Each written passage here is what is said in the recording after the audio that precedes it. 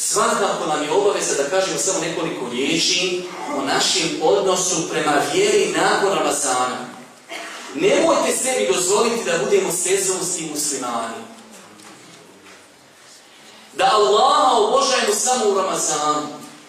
Je li to nama Allah daje na faku samo u Ramazanu? Pa mu mi zahvaljujemo u Ramazanu. Nama Allah daje tokom cijele godine i zdravlje, i na faku, i sve ostalo. Pa trebamo Allaha obožavati tokom cijele godine. I tokom cijele godine ima namaz, i tokom cijele godine ima mahrama, i tokom cijele godine ima Kur'an i tako dalje.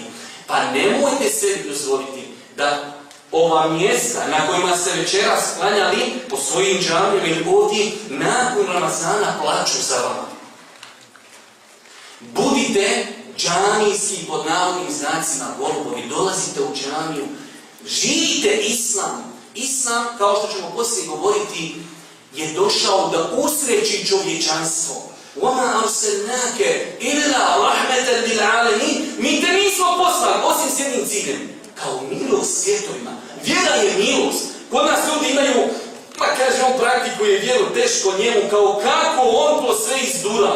Nije teško izdurat na diskoteke, na volove, na koride, na Čemljanoviće, na utakmice. To nije izdurat, to je, kaže, rahatluk.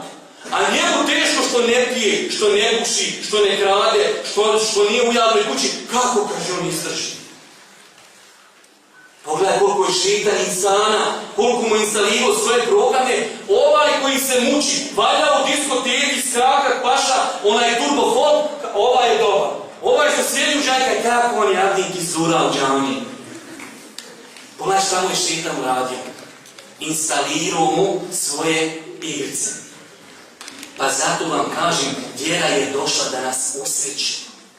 Vjera je došla da nam duša bude zadovoljna. Tako mi Allaha svevišnjeg.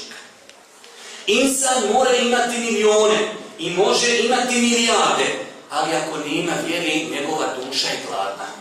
On je nesretan, makar se pred ljudima pretvarao da je sretan. A insan ako spozna Allaha i svoje čelo spusti na seždu i vjeruje u Allaha i vjeruje u sudnji dan, vjerujte da je srećan kad umru od glaci.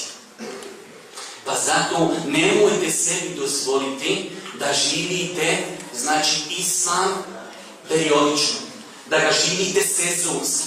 Ne, Islam treba da reguliše naš cijeli život.